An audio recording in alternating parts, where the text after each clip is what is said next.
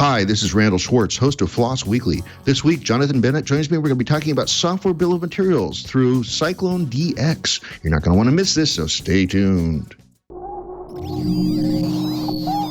Netcasts you love. From people you trust. This is Twit. This is FLOSS Weekly with Randal Schwartz and Jonathan Bennett. Episode 528, recorded May 1st, 2019. CycloneDX. This episode of FLOSS Weekly is brought to you by DigitalOcean. Deploy and scale your apps seamlessly on the simplest cloud platform. Join over 150,000 businesses that use DigitalOcean. Sign up today and receive a free $100 credit at do.co/twit. And by IT Pro TV, providing effective training with access to virtual labs and practice tests. Visit go.itpro.tv/floss to take advantage of their lowest price of the season. For an additional 30% off the lifetime of your active subscription, use the code FLOSS30 at checkout. It's time for FLOSS Weekly, the show about free, libre, open source software. I'm your host, Randal Schwartz, Merlin at Stonehenge.com, bringing you each week the movers, the shakers, the big projects, little projects, and even sometimes not projects. Well, projects, but not software projects. Well, sort of software projects. Now I'm starting to sound like that guy from Green Acres. I'm going to stop right there. Let's go ahead and bring on our co-host, our lovely talented co-host, Jonathan Bennett. Jonathan, welcome back to the show. Hey, Randall, it's good to be here. Cool. And you're still in the Oklahoma City that you've been in for many, many years? Yes, but not Oklahoma City. We actually have one of those. I am in Lawton, Oklahoma. Lawton, Oklahoma. Okay. And I am once again in my condo in Seaside, Oregon. So I'm down here enjoying the weather and taking advantage of the fact that it's walking distance to all the restaurants that I want to go to near here, and basically having a great time of spending the week down here. So, and slightly limited bandwidth. So if it drops out occasionally, please bear with us. And we'll just hope I'm crossing my fingers, hoping it'll all work out. So today we have an interesting project. We're actually bringing back a guest that was on just about a year ago. Let me see, got to scroll to his name. There we go, Steve Springett. And he was on about a year ago talking about the OWASP dependency track.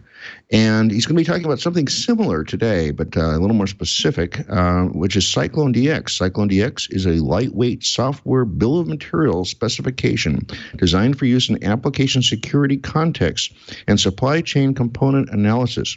And for those of you who had the bingo card, I think you probably filled your first row already. So a lot of keywords there, a lot of jargon there. What do you know about this so far, Jonathan? I know the whole supply chain of software is kind of hot news right now.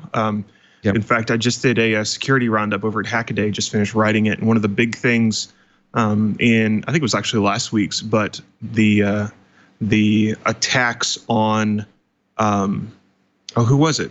Well, CCleaner was the one. But anyway, where someone, a malicious actor gets a hold of some upstream server and slips a little bit of malware into like a library or an application that's being used. Oh, it was ASUS. It was the ASUS updater. And right. So then suddenly these people started going, well, why is ASUS offering me this update? But it's signed, I guess it's okay. Well, come to find out, it was an update that had malware slipped into it.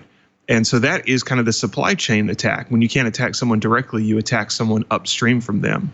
And I'm really interested to hear if our guest today has solutions for that, and kind of what he's looking at to be able to maybe combat those attacks. Yeah, and Stephen wrote me immediately after the show I did, I think about 6 or 7 weeks ago, that was about some closed source software, which is really embarrassing that we put them on FLOSS Weekly, but some closed source software that looks at things like what we're going to be talking about today, the bill of materials for various pieces of software, to see what's upstream, what might have vulnerabilities, what might have licensing issues, things like that. So he wrote me immediately and said, we should probably do like an open source version of that show. I said, that sounds like a wonderful, wonderful plan. So that's why Steve's on the show today. And anything else before we get started? If they were the problem, then hopefully Steve is the cure, right? We'll see. But before we bring Steve on, I do have an important message, because this episode of Floss Weekly is brought to you by DigitalOcean. Easily run production applications with DigitalOcean, a scalable compute platform with add-on storage, security, and monitoring capabilities. We make it simple to launch in the cloud and scale up as you grow, whether you're running one virtual machine or 10,000. Spin up your choice of a virtual machine in just 55 seconds. Standard, general purpose, or CPU-optimized configurations provide flexibility to build, test, and grow your application. DigitalOcean is designed for developers and operators. Over 2,000 open-source tutorials are available. The easy-to-use control panel and API lets developers spend more time coding and less time managing their infrastructure. Use Kubernetes to improve availability, scalability, and resource efficiency of containerized apps. On DigitalOcean's marketplace, deploy pre-configured one-click applications, including LAMP, Docker, GitLab, Jenkins, Plesk, cPanel, WordPress, and many more. Secure and control the traffic to your applications with your own private network, virtual private cloud, traffic filtering, and load balancing. Industry-leading price to performance offers flexible server configurations sized for any application, predictable pricing that is the same across all regions and usage volumes, and included at no additional cost, cloud firewalls, monitoring and alerts, team accounts, full DNS management, 99.99% uptime SLA, 12 global data centers. That means you'll have the connectivity and redundancy you need to provide the best service to your customers. 24/7, 365 world-class support. DigitalOcean is trusted by over 1 million developers. Go to do.co/twit today, sign up, and receive a free $100 credit. That's do.co/TWIT for a free $100 credit. DigitalOcean, designed for developers, built for businesses. And we thank DigitalOcean for their support of Floss Weekly. Well, let's go ahead and bring on our guest. Steve, welcome back to the show. Hey, thanks for having me, Randall. Appreciate it. And where are you speaking to us from? I am in my house in Chicago. I work from home. I've been working from home for about 8+ years. So I've got my home little office here that I work out of. Awesome. Well, wave in your general direction, sort of over that way. So there we go. So tell us, how did this project, CycloneDX, get started, and what has it achieved so far? That's a great question. So CycloneDX actually started out as a very, very simple bill of material specification and format, basically a way for organizations to document the third-party and open-source components that are bundled in the thing that they're building, right? So very, very simple.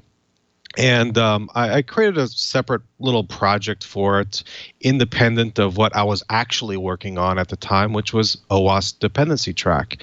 And so most of my focus has been on dependency track, but it's really been interesting over the last year and a half. There's been a lot more focus on bill of materials.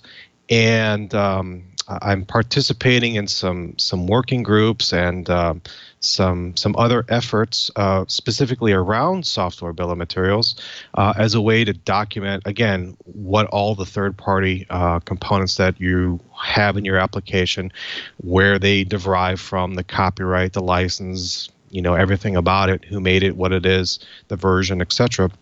But there's been a lot of focus on the software bill of material as of late. And I think there's something called, was it SPDF or something, SPDF? I forget the actual letters. SPDX. SPDX is specification by the Linux Foundation. SPDX is actually two different things. SPDX is both a list of open source licenses. So there's over 2,000 or more open source licenses that exist today.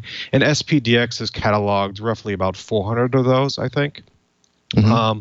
So they've classified, and whether something is OSI approved, all the license text to those licenses, etc. And SPDX also defines a bill of material specification, which again, what is in the software that I'm making. So if Red Hat or some Linux distribution is shipping these thousands of things in the Linux distro, or if an application is shipping all these third-party components and whatever that they're delivering, you can use SPDX to do that as well. So it's two different things that kind of complement one another. And when I created CycloneDX, I actually looked at what exists in the market today, right? And hundreds of thousands, if not millions, of organizations use SPDX license IDs, right? Everybody uses them. If you're publishing packages to NPM or PyPI or NuGet, you're actually using SPDX license IDs. But I didn't really. Their bill of material specification was a little robust, very heavyweight, and didn't actually do what I needed it to do. I needed something very lightweight, something very adoptable, and could be easily deployed by any organization. And I needed it to be very simple. So I created CycloneDX to kind of fill that gap. And again, I did it as kind of this one little side project because my main focus was on dependency track. But again, as of late, bill of materials, for whatever reason, well, there's a lot of reasons, but it has really been gaining in popularity. I'm part of a there's multiple government initiatives around this effort. I'm part of one in the U.S. government, for example, the National Telecommunications Infrastructure Administration.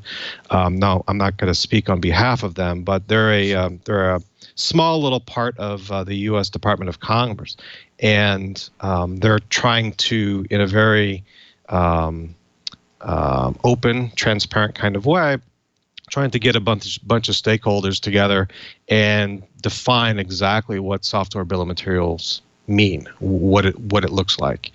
So I'm part of those working groups. There's a lot of industry behind that as well. Big software companies. OWASP is there. I'm representing OWASP. But there's people from government, NSA, Department of Defense, CERT, Linux Foundation, etc. Are all part of this effort, and that's just for the U.S. It's not U.S. specific, but there's other governments around the world also talking about software bill of materials. Yeah, and then I noticed on the software bill of materials page on Wikipedia, my favorite place to research things, except I get distracted a lot. I keep clicking on many more links, so it's kind of scary. But the last paragraph on that page there says, the Cyber Supply Chain Management and Transparency Act of 2014 is pending. Well, it's probably dead now. It's not pending anymore. Requires government agencies to obtain software bill of materials for any new products they purchase, which would be really cool to make sure that, at least our government understands the pieces of what's going into their stuff. Is that the kind of thing you're trying to move forward? Absolutely. There's a lot of supply chain risk. I created a wiki article on OWASP, OWASP.org. If you do a search for on the site for component analysis, you'll get to the wiki article. But there's about a dozen or so things that a lot of organizations actually care about. Now, if you're government, you're going to care about a lot more. But it's basically having an inventory, right? Just knowing what you're actually shipping is obviously the first step. But simple things like knowing the quantity of components, the type of components, what function does it serve? Does it have any known vulnerabilities in it? Is it the latest version? Is it outdated? Is it end of life and the support? These types of things we can actually derive, we can actually analyze if we had an accurate software bill of material. Yeah, and these days that's really important because nobody writes code all the way back down to the metal. These days, I mean, you're using some version of Linux, you're using some libraries from third parties, you're using code you wrote in-house, code that may have varying licenses, code that may be various versions and maybe even back rev because you don't have a way to update something. And this is why it's important to have a good bill of materials, right? Absolutely. Knowing what you have and being able to prove that you have what you think you have is very, very important for supply chain vigilance. A lot of efforts are being put in place by governments and I know financial services are are starting to adopt a lot of the supply chain mentality. Unfortunately, we still live in a environment in which the leading market research firms continue to have this vertical that doesn't actually describe the problem. So a lot of the commercial offerings, unfortunately, are creating solutions that the analysts like, but don't actually attack the actual supply chain risk itself. And I'm trying to go after that because I think that's a lot more important than appeasing analysts. And I do want to say also that 2 paragraphs up on that same Wikipedia page, it says many companies are using Microsoft Excel for BOM management. No. Yeah, no. I would run the other direction.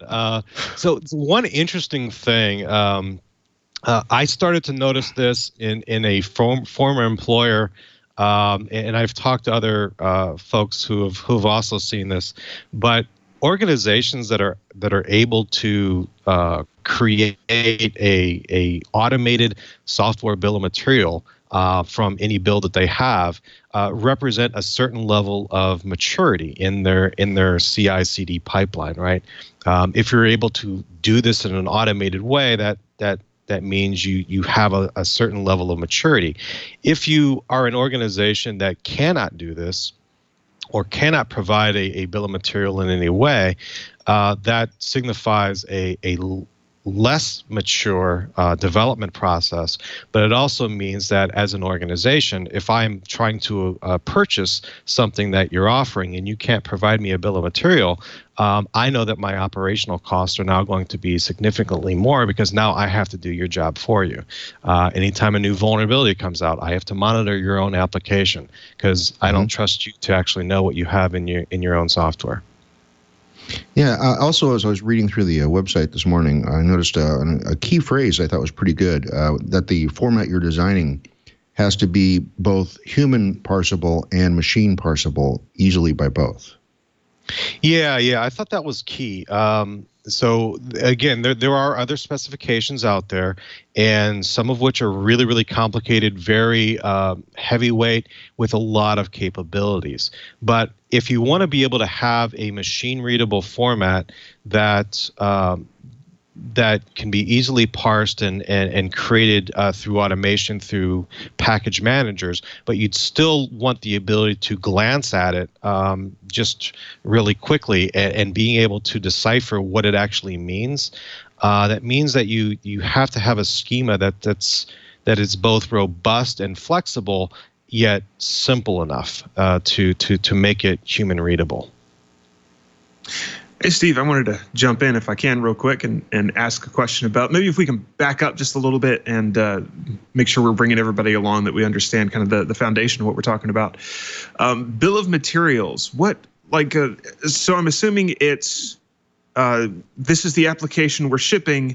Here are all the libraries that are included with it that we rely on. And it's a way to track that so that everybody that uses the application, like everybody that maintains the application, knows exactly what libraries they're relying on. Is that what this is for?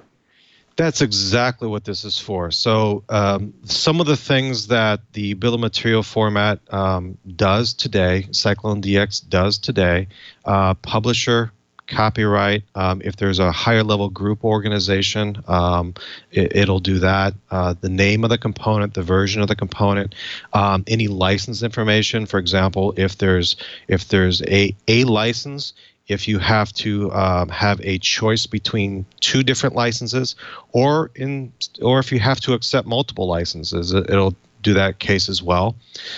It supports the package URL specification as well. You had the author of that on your show about 2 years ago, I think it was. But it also does more supply chain type of things as well. For example, it does pedigree. So if I have a fork of a fork of a fork and I modify that fork, well, what is the original thing that I started with? Does that have any risk in it? and what are my modifications, so I can actually track all of those changes throughout my supply chain.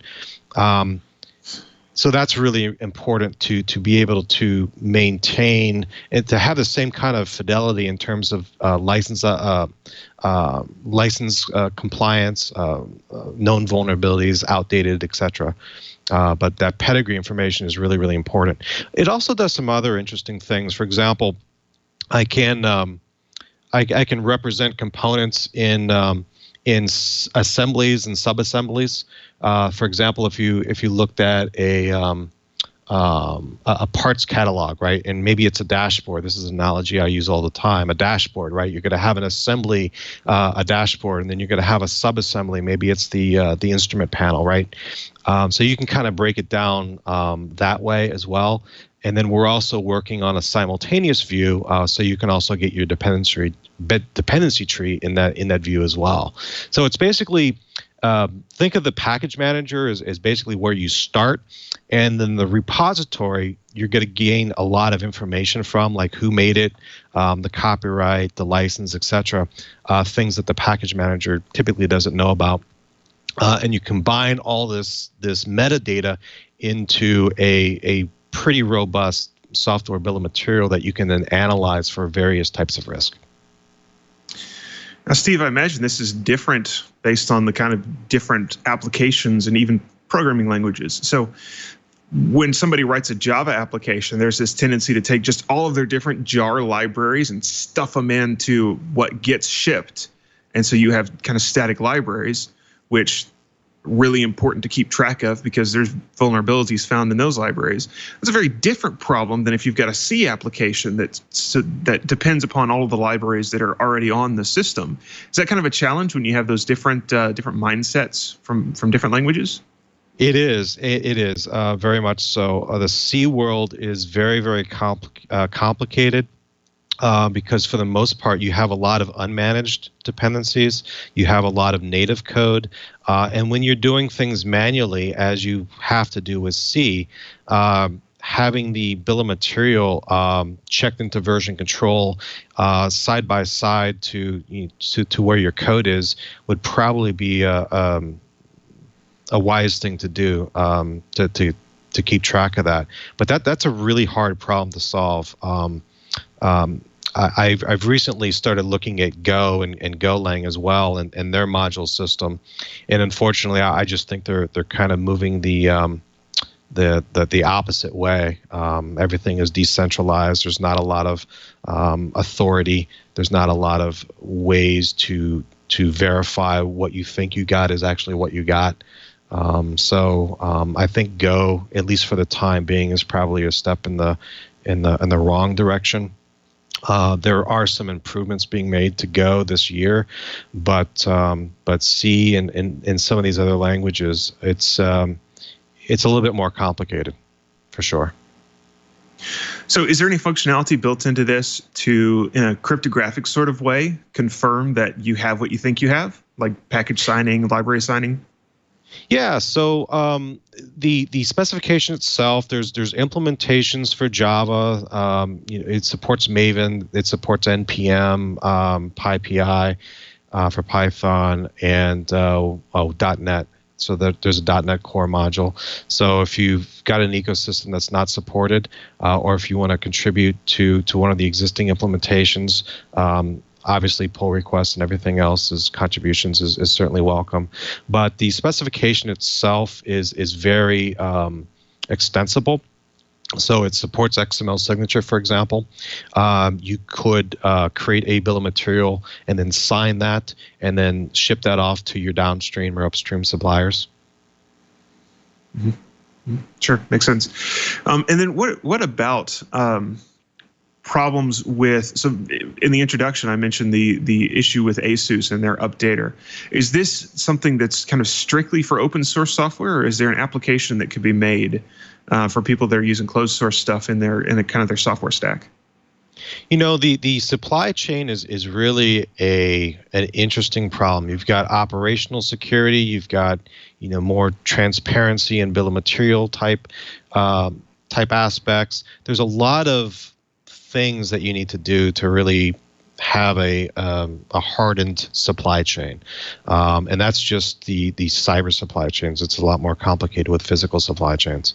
But the software bill of materials specification that I'm working on and the implementations thereof would certainly be one part of that particular solution. If they had a software bill of material so that they knew exactly what was going in there, that might have reduce the possibility of that particular attack occurring. But again, there's operational security. There's all kinds of other things that you need to do to really have a hardened supply chain. But to answer your other question, this is not specifically just for open source. The software bill of materials is for anything, really. So CycloneDX currently supports it mostly focuses on software, but it also has the capability of doing hardware. So if you wanted to start documenting, hardware devices, you could do that. It's not very good at it. There's a lot more complexity when you're dealing with hardware, but the National Vulnerability Database, it only has 3 things currently, and that's the vendor, the product, and the version, which the CycloneDX handles. So you could theoretically start documenting Intel processors, for example, and be able to get vulnerabilities against your processors from your bill of materials. But no, it's not specific to open source. Any kind of third-party component that an organization is not directly responsible for should probably be documented in a bill of material, along with where they obtain that. And then CycloneDX, the Cyclone specification, it's not really a piece of software yet, is it? It's just kind of the layout, the descriptor of what this bill of materials file looks like, correct? Yeah, so CycloneDX, it is a specification. It's currently in XML. I'm still waiting for JSON schema to be a thing. That's kind of 9 years in the making. So as soon as that is actually ratified, I'll create a JSON schema for that as well. But most of the so yes, it's a specification, but there are implementations of it as well. So you could create today. You can create bill of materials from your Maven projects, or from your Node.js projects, or for your Python or .NET projects. And there's a few thousand organizations that are doing that today. So anywhere from financial services to software companies, to security organizations, to manufacturers. There's some really large manufacturers that are using this today. So there's several thousand organizations that are doing this today, typically in their continuous delivery or continuous integration pipelines. I don't know of any case, at least to my knowledge anyway, where organizations are doing it manually. Everything, to my knowledge, is all automated. We do have a question from the chat room from Roswell. How about support for Ruby and/or Rails? Hey, I accept pull requests. Yeah, that's definitely on the radar. Ruby is not my forte. Otherwise, I would have partaken in it a long time ago. But yeah, Ruby is definitely on the roadmap. Dependency Track, that other project I worked on, it actually supports analysis of Ruby. And if you'd like to get involved with the project, obviously I do accept pull requests, and I'd be more than welcome happy to have a Ruby implementation. How much code sharing has there been between the older project Dependency Track and this? Is some of the tooling based on the older project? Yeah, so I'm currently in the process of kind of integrating a lot of the core libraries. Right, Dependency Track was actually written in Java. I think Randal gave me some slack on that like a year ago. but it's enterprise friendly. What can I say? Yeah. But CycloneDX, one of the implementations is Maven, and I also wrote a Java core module, and I'm actually using that core module, which does all the validation and CycloneDX generation. I'm actually using that in dependency track, so there is some code sharing going on there. Absolutely. All right, excellent. And then so we've talked a little bit about SBDX, not SPDIF, Randal, that's something different. Is there tooling to translate back and forth between SBDX and Cyclone? There isn't. Actually, that's one of the things that the NTIA software transparency effort is looking at. They're not looking at CycloneDX. I think there's some I think there's some other issues with the working groups there, but they are trying to map between SPDX, their BOM format, as well as SWID, which is an ISO standard. OWASP will never adopt an ISO standard. It's behind an ISO paywall. OWASP requires open source for everything, so that will never be adopted by my projects. But they're trying to map between SPDX and SWID today. And a mapping does not exist between CycloneDX and CycloneDX, or as CycloneDX and SPDX today. But I'm really interested to see that. I know that I really encourage individuals to look at what their requirements are in terms of what types of analysis they want to be able to perform from their software bill of materials, and really look at the BOM specs themselves. SPDX and SWID both come from the licensing perspective. SPDX, Linux Foundation, has really focused on historically on open source licenses, so like GPL and BSD and Apache, and making sure compliance and all that. SWID actually has a background in licenses, but it's more entitlements. Am I entitled to use this big piece of, some maker's software? That's kind of their background. When I developed CycloneDX in 2017, I looked at the capabilities of the two specifications at the time, and correlated that to what I was trying to do with dependency track, and neither one really met my requirements. So unfortunately, I had to create another specification. And again, at the time that I created it, I was just, I wanted it to be independent of the project itself, but I didn't really anticipate the popularity of bill of materials when I designed it. That kind of threw me by surprise.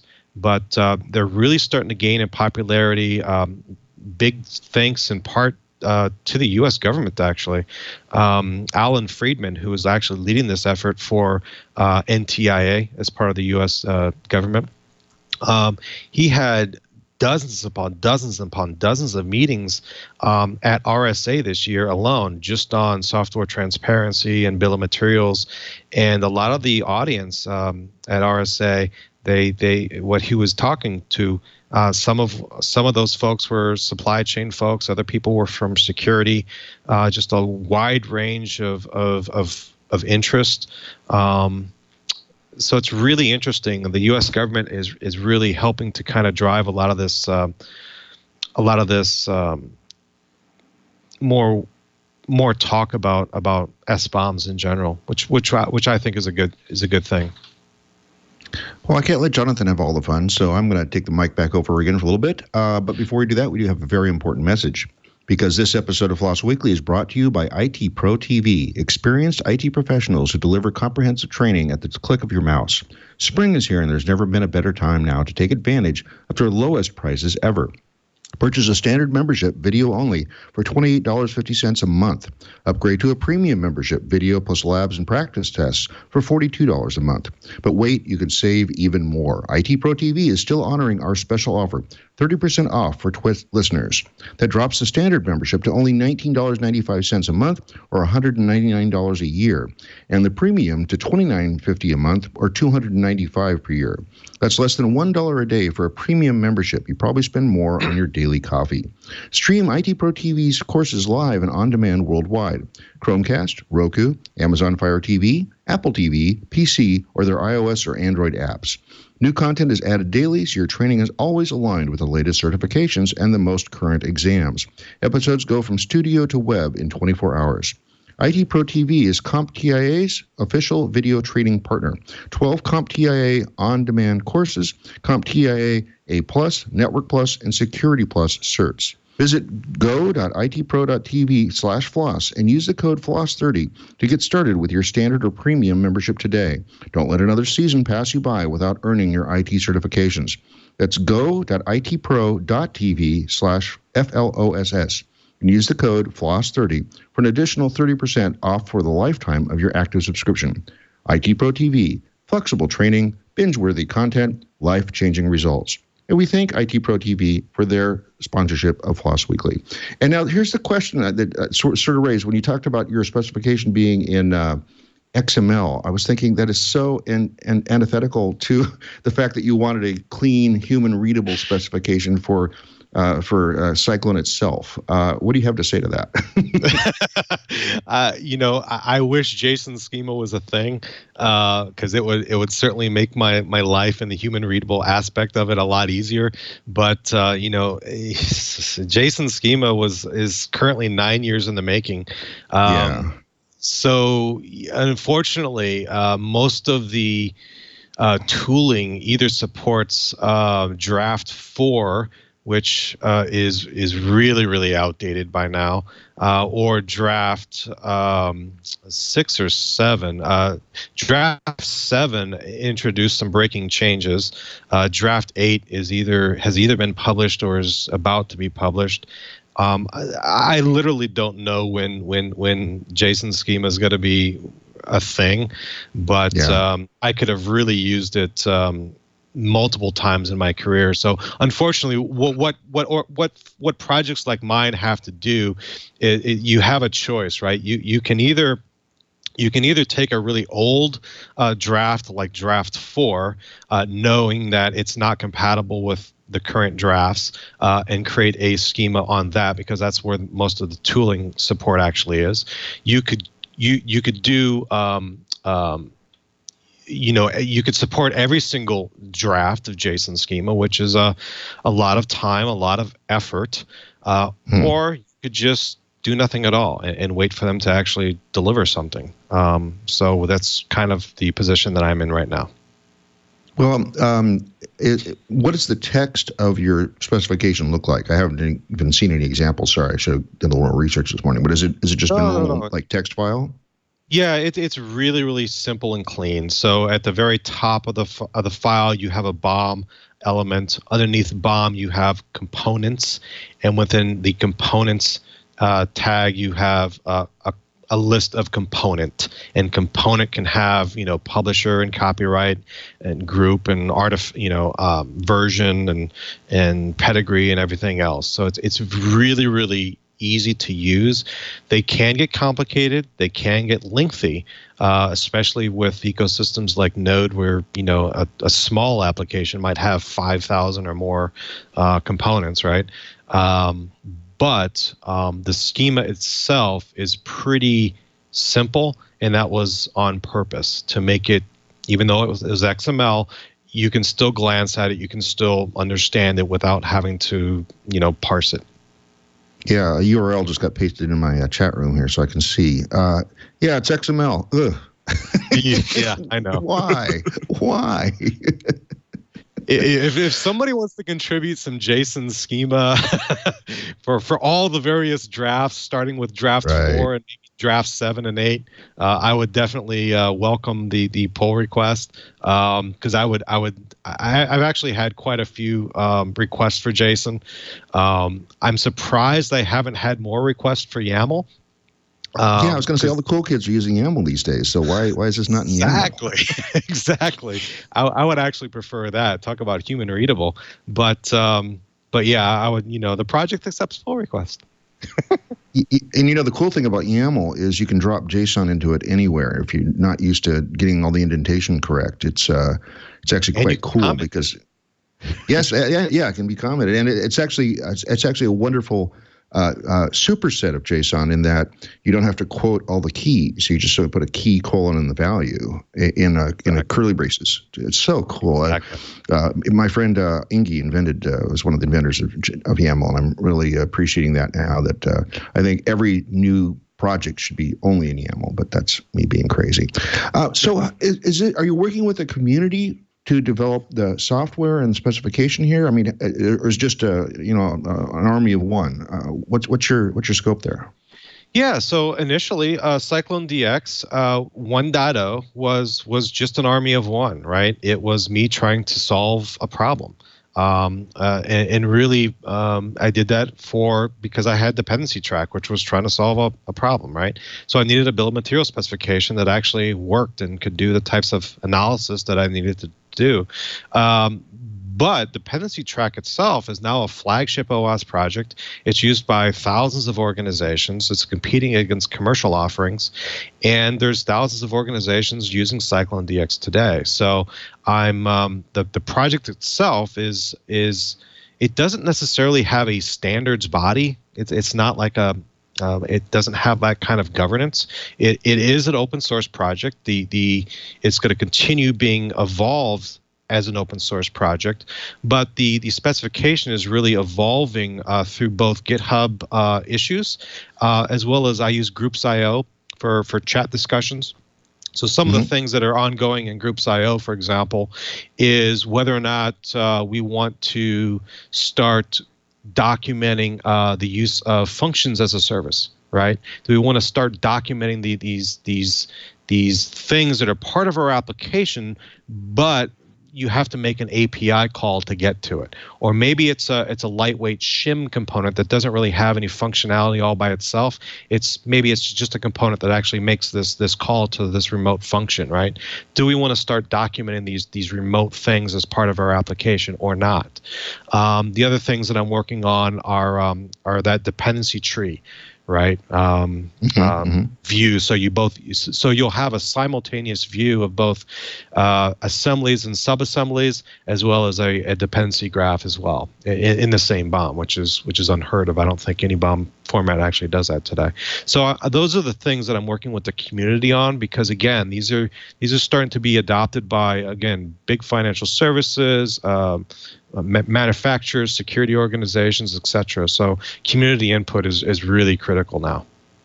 I think you touched on something I was going to ask about, which is that, okay, I have, I'm shipping an open source project, and I'm using Cyclone to describe my components. Do I also need to describe the components of the components, the subassemblies, I think you called that? Do I have to describe that as well? Yeah, transitive dependencies. Transitive dependencies are things that are included through transitive means. So basically, you include a direct dependency, and maybe that direct dependency has a dependency on other dependencies, right? That's a transitive dependency. Yeah. Right. So all the CycloneDX implementations actually handle transitive dependencies today. I think there's a few things that you have to do with the requirements.txt in Python, but other than that, you have to freeze the requirements text. That's what it is. But other than that, all the implementation actually handles transitive dependencies today. But in the Java world and in some other ecosystems, your build system may not actually know all the requirements at build time. So in Java, for example, you can actually have components that refer to implementations, and the actual you'll have components that refer to interfaces, but you may not know what the actual implementation is until runtime, right? So your build system literally doesn't know. So CycloneDX will allow you to both create them automated through automated means, but you can also then, because the schema is intentionally simple, you can then inject those things that may not be known at build time. You can inject those into a BOM after the fact. Okay, cool. I'm thinking of things like, my project requires Apache 2.4, and Apache 2.4 then requires mod Perl to run my code. You have to have some way of sort of developing that chain and also then being able to do, when you're doing security audits or other sorts of licensing audits, to be able to know that it's including mod Perl, right? Exactly. And that's what this effort is really all about, being able to have a really simple, lightweight bill of material specification that allows you to document the things that you're actually depending on. Well, if the upstream, though, is using SPDX, wouldn't I need some sort of mechanical conversion from SPDX to my BOM? That's interesting. So, like, I know in the Linux world, because Linux Foundation, I know SPDX is pretty popular in that realm. Yep. What's interesting is I know that some of the Linux distros also do a lot of other non-Linux work, and some of those companies are actually using CycloneDX as well. So it's not necessarily one BOM to rule them all. I think each format has their respective strengths. And different types of analysis, the vulnerabilities, the outdated component analysis, these types of things are really, I think CycloneDX probably has a little bit of advantage over things like SPDX and SWID, which come from more of the licensing perspective. Sure. And are there open source tools already to do vulnerability analysis based on a Cyclone BOM? Yeah, so dependency track, the talk that we did just over a year ago. If I had to do that talk again, I would have pitched it a little bit different. But if you go to dependency, hey, live and learn, right? But if you go to dependencytrack.org and scroll down about a third of the way on the page, you'll actually see a nice little animation of how it works. So you'll have a visual of the entire pipeline. So basically, you create a CycloneDX bill of material through your build. So if you've got a Maven or NPM job or whatever, you create your bill of material there, or you can acquire them through through vendors or whatever. And then you ingest that into dependency track. And dependency track is the thing that actually analyzes it for you.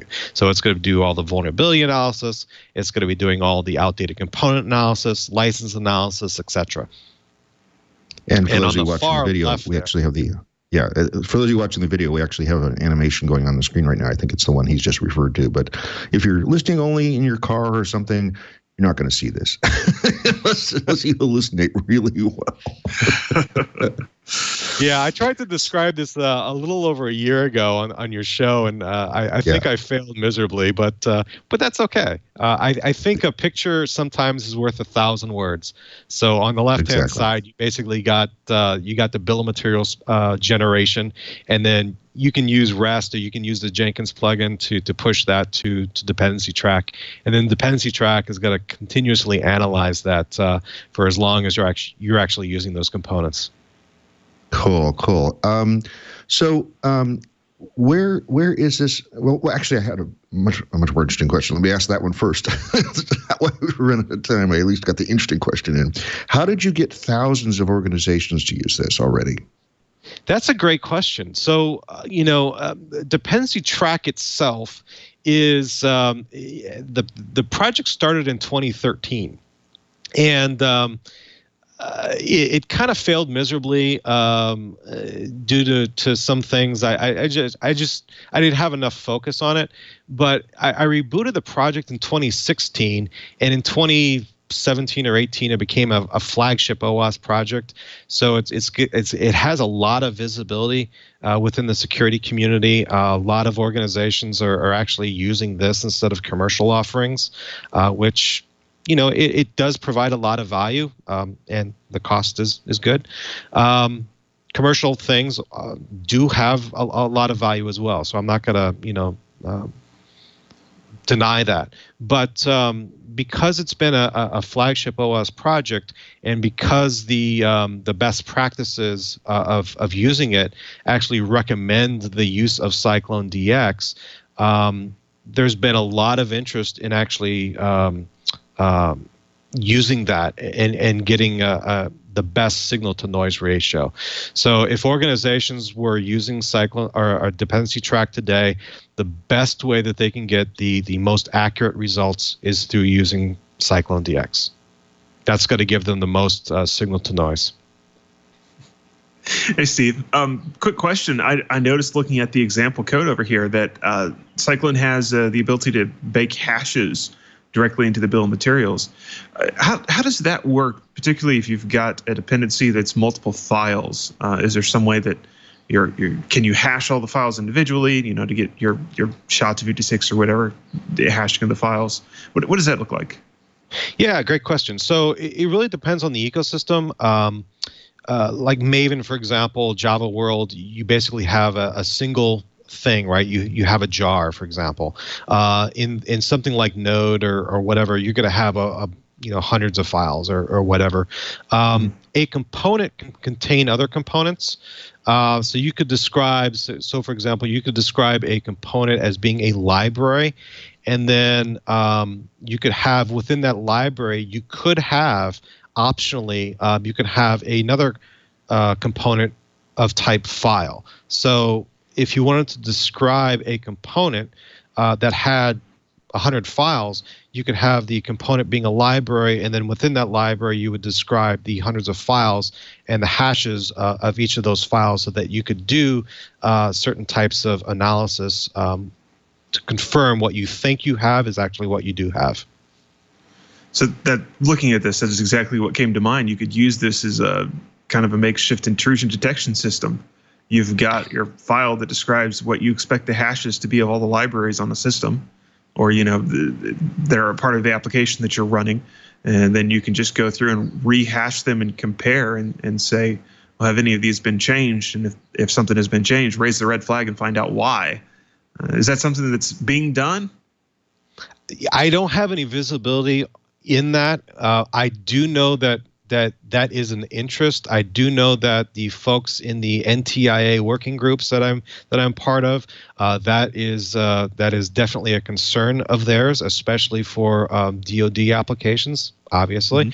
But yeah, that's exactly why hashes and those types of things are included in there. There are operational security aspects to that. There are obviously benefits to that. I'm an application security guy, so I just secure applications. I work with developers, so I personally may not use that, but absolutely there's a lot of security uses for having the hash values there.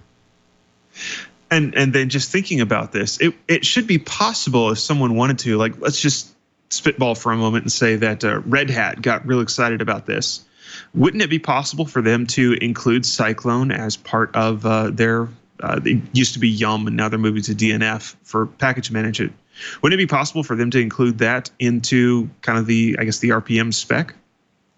Yeah, that would be really interesting. I know that you can generate SPDX from RPMs, for example.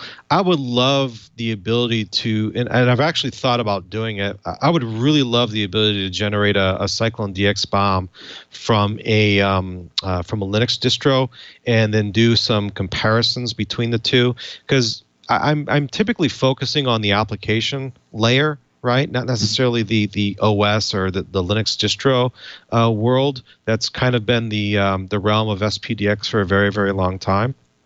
And I think they're really good at it. But I would really love to be able to have that CycloneDX export from there, and then being able to do some comparisons between the two. What kind of data is the same? What's different? Why? Is one better for the different types of analysis? That would be some really interesting work. Anymore, especially on a Linux system, people tend to use the package manager for a lot of the libraries that actually become part of an end application. So let's say we're running something on the Apache web server. Well, I'm going to install Apache using Yum or DNF, so out of an RPM package, and then I'm going to go and probably install a whole bunch of Apache plugins or modules out of RPM.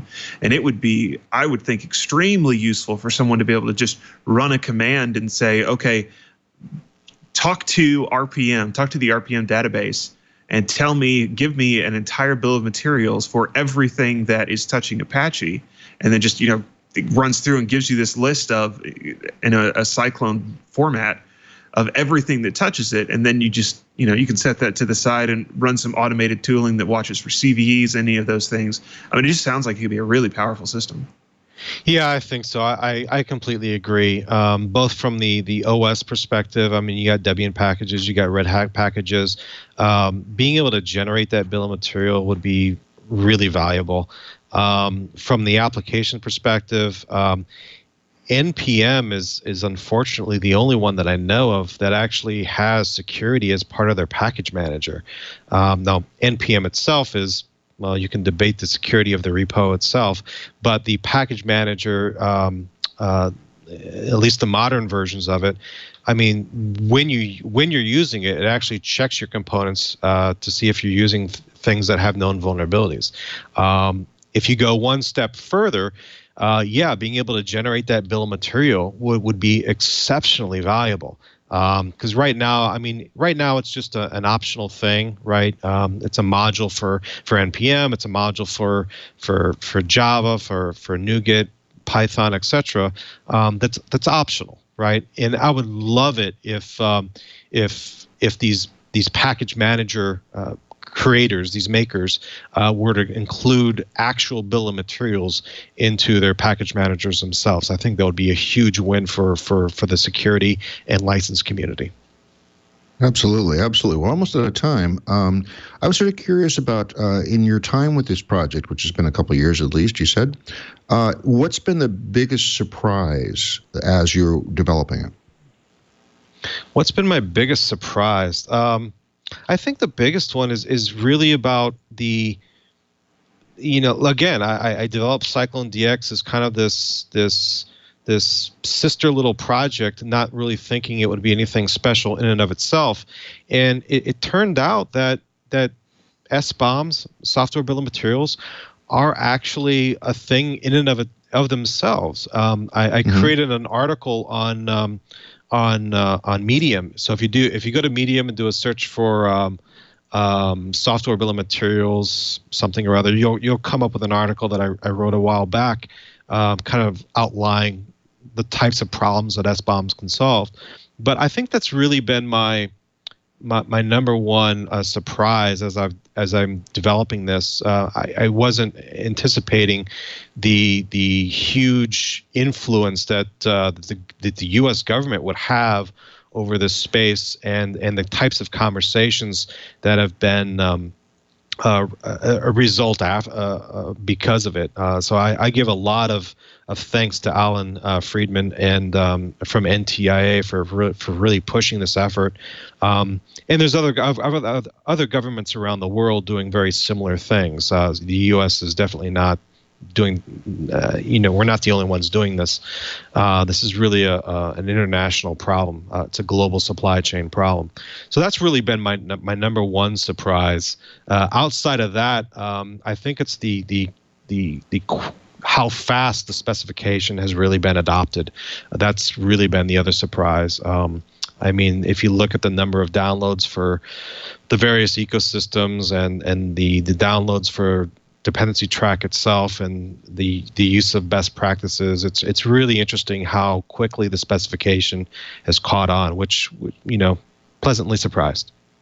That's nice. That's nice. And in terms of resources, who do you want stepping up to the plate here and helping you out? What kind of things are you still missing? Hey, Ruby, I accept pull requests.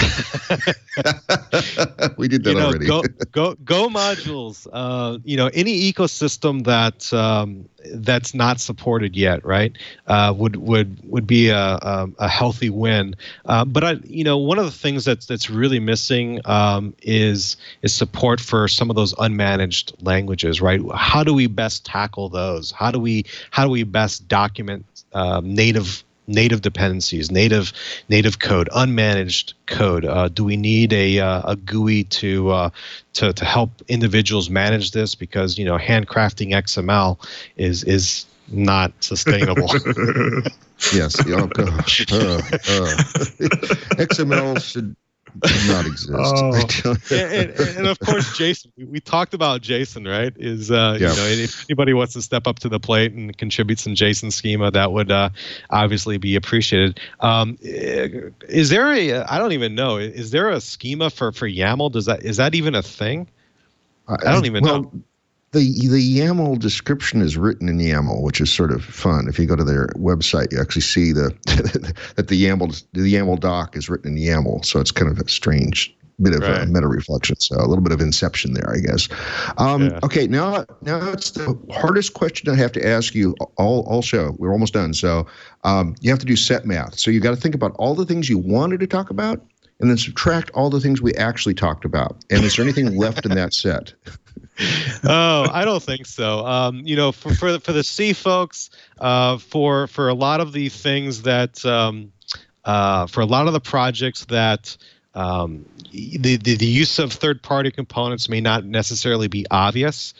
Maybe you're embedding something or copy pasted or whatever the case is. I think my one takeaway for those, or piece of advice for those types of projects, is really to start documenting in a machine-readable format like CycloneDX. You can use other things as well, obviously, but just start documenting what it is that your projects are actually dependent on. Cool. And two final questions, or my audience will yell at me. They actually do. They actually send me emails and say, what happened? Your favorite scripting language? You know, we talked about this a year ago, and it's still I know, but Perl. I didn't watch the show. So Perl. Yay! It's still Perl. Yay! Although Python is creeping up. But Python's always creepy. I mean, creeping, yes. Did I get to say that right? And your favorite text editor? I've kind of shifted to Sublime now. I'm using Sublime. You know, I pay for the little commercial version. So when I'm doing text editing, I'll do that. If I'm doing command line, I'll either do Vim or Nano. And if I'm doing a full-blown IDE, I use IntelliJ. IntelliJ, yes. I started using IntelliJ just a bit for my Dart and Flutter work, and then I realized VS Code was so much faster and so much prettier. So I'm basically now I'm confirmed now as being an Emacs expert and a VS Code not expert, but getting there. So that's my two IDEs of choice. So Steve, it's been wonderful having you back and talking about this project. I hope more success with what you're doing, and hopefully you'll get a few people stepping up to do the languages that you haven't done yet. And best of luck to you. Thanks, Randall. Thanks, Jonathan. Always a pleasure. Thanks. That was Steve Springett talking to us about CycloneDX. What do you think there, sir? So it's obviously something that needs to happen. Supply chain attacks have been in the news enough in the last few years to kind of make it obvious that there needs to be a solution around this. And it sounds like this is Steve's going about it the right way. I like what he was saying about never using something that's behind an ISO paywall, because if you really think about it, that's kind of anathema. It's opposed to the idea of open source, and it's opposed to the idea of letting people use it.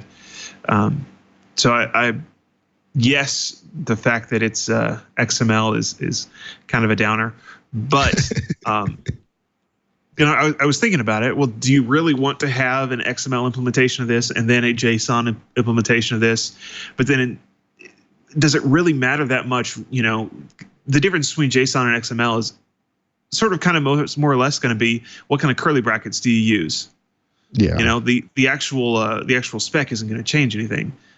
So, you know, writing a little parser to move between the two would be super, super easy. But just the idea of let's track all the things that we're using, and you know, maybe let's write some tooling around it that goes and sees, oh, there's a CVE that hits this. You get an email about it that, oh, you need to update this before you get infected. I mean, it's an obvious win. And so I'm glad that he's out there doing the good work, trying to get this put together so that the rest of us can use it. And actually, as annoyed as I am at XML, I don't think JSON would be an improvement. I actually think if you're going to go to anything else, it should be YAML, because at least YAML it's a bit looser of a language. You don't have to quote the keys, for example, like you would in JSON. So I think that would be a better solution. But we're almost out of time, so I need to get started here. So let's talk about who's coming up. Next week, we'll be at a very special episode of Floss Weekly because we're not going to be taping Wednesday at 9:30 like we normally are. We're going to be on Thursday at 2 p.m. 2 p.m. And I've got confirmation already that Dan Lynch says he is staying up. He's a late night owl, so he's going to be actually doing that show from Europe at like midnight or whatever the time is in Europe. It's going to be Teleport and Gravity. Teleport is privileged access management for elastic infrastructure, and Gravity is opinionated snapshot-based Kubernetes packaging and management tools. Following that, we've got, at the normal time back again, we've got RavenDB, which is a NoSQL document database.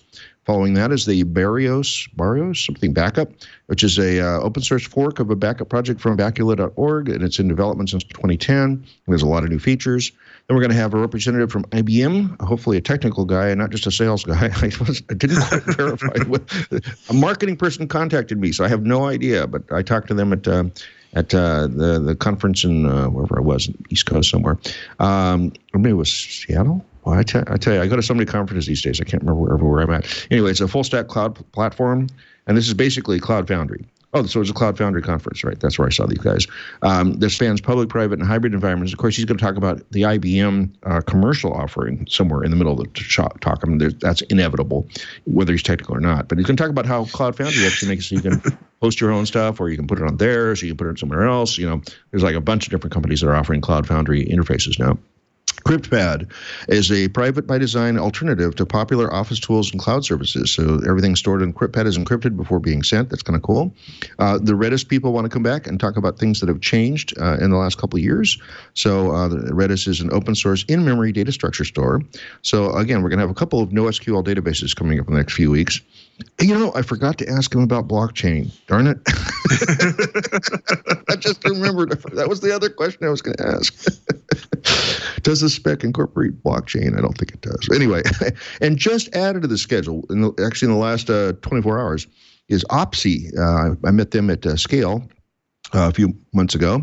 It's an open source client management system to manage heterogeneous environments. It enables the deployment and configuration from OSs and software on both Windows and Linux computers. So if you're in a place where you still have some holdouts that are still trying to use Windows, poor guys.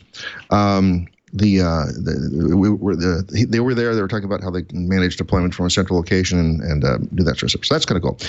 You can go to twit.tv/floss, which is the homepage for this show, and see the big spreadsheet link from there. Here's our upcoming guests. I think this is the name of the link.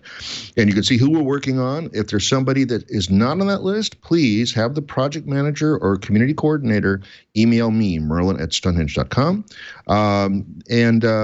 Let's see, like we normally do a live stream like we did today at 9:30 a.m. Pacific time on Wednesdays, except for next week. Next week is a very special Floss, a very special episode of Floss at the other time. At live.twit.tv, you can watch us behind the scenes, see the mistakes we make, and also just see the what goes into the sausage. Is that the phrase? Something like that. Yes. How the sausage gets made. How the sausage gets made, yes. So you can see that as well. And we did take a few questions from our chat room today. We thank Roswell and whoever else asked a question. I think it was like 2 questions. And you can follow us at Floss Weekly on Twitter. So and you can follow me at Merlin on Twitter. That's MERLYN. I just got confirmed that I'll be at the Pearl Conference as press in Pittsburgh in mid-June, and I got to book my hotel and flights already for that now. It's getting close.